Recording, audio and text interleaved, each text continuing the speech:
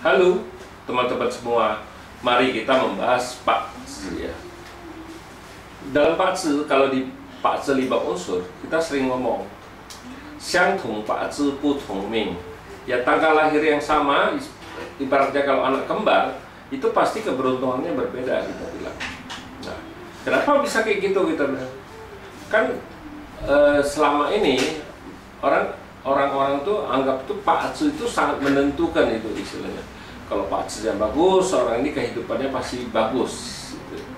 Kalau kita di Pakzi 5 unsur nggak lihat kayak gitu, karena banyak orang yang tanggal lahir sama, istilahnya ibaratnya kembar pun gitu. Kembar kan paling beda berapa menit kan, berapa menit lah istilahnya, masih tetap sama itunya, Pakzinya tetap sama, tapi kehidupannya kenapa bisa berubah, berbeda istilahnya. Ada yang kalau kaya ya kaya sekali, kalau yang satunya ya biasa-biasa aja kan gitu. Ada yang kerjanya kedudukan tinggi, yang satunya juga biasa-biasa aja kita bilang. Ya, banyak orang anggap itu Pakzi itu sangat menentukan istilahnya. Kalau kita di Pakzi 5 unsur nggak begitu. Kita harus Pakzi itu cuma kasih kita kesempatan, bukan sangat menentukan kehidupan seseorang itu. Kehidupan seseorang kita lebih bilang itu harus dari orang itu sendiri, bukan dari Pakzi. Pakzi itu punya potensi, kekuatannya cuma 30% kita bilang kalau di Pakzi. Di Feng Shui 30% juga di Kung Jian-nya itu.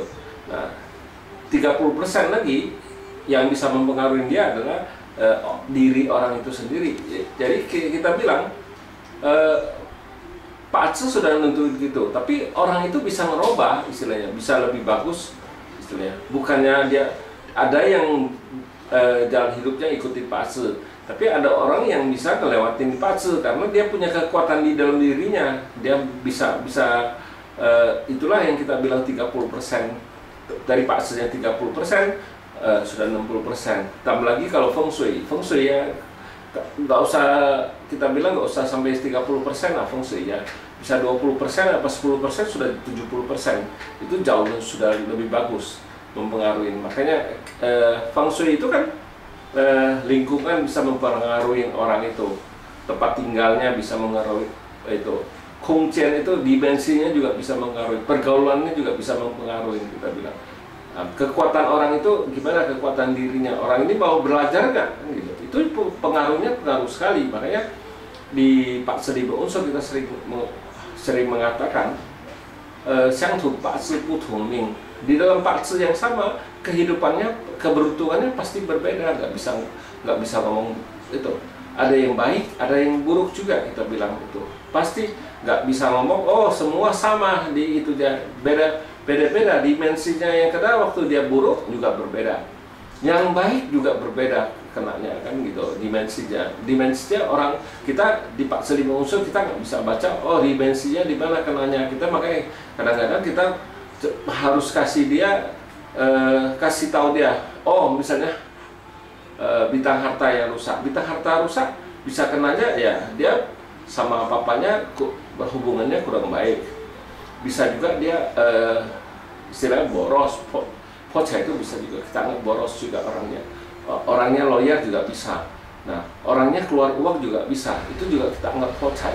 Nah, yang kita nggak bisa lihat kan yang kena sebenarnya dimensinya yang mana yang kena ini. Kan orang itu sendiri yang bisa tahu, bukan kita. Kita cuma kasih tahu oh, kalau kena dicainya rusak, ini yang bisa kenanya. Bukannya oh ini lu pasti ini enggak.